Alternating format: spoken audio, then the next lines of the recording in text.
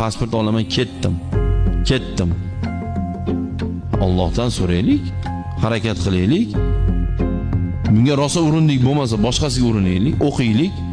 Bugungi bolalargachi biz o'qib nima bo'ldik demaylik. Biz o'qimadik, xor bo'ldik. Endi bolam o'qi deyish kerak.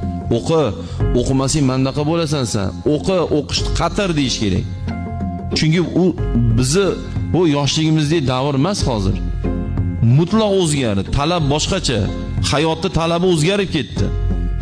Ilmsiz odam xor bo'laveradi bundan keyin. O'qish kerak. Payg'ambarimiz alayhissalom ilm har bir musulmon erkakka va muslima ayolga farzdir deganlarda batta talabul ilmi degan so'zni om qilib aytganlar. Xos qilib aytmadilar.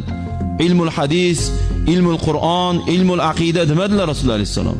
Hadis ilmi, Qur'on ilmi, aqida ilmi deb xoslab qo'ymadilar. Talabul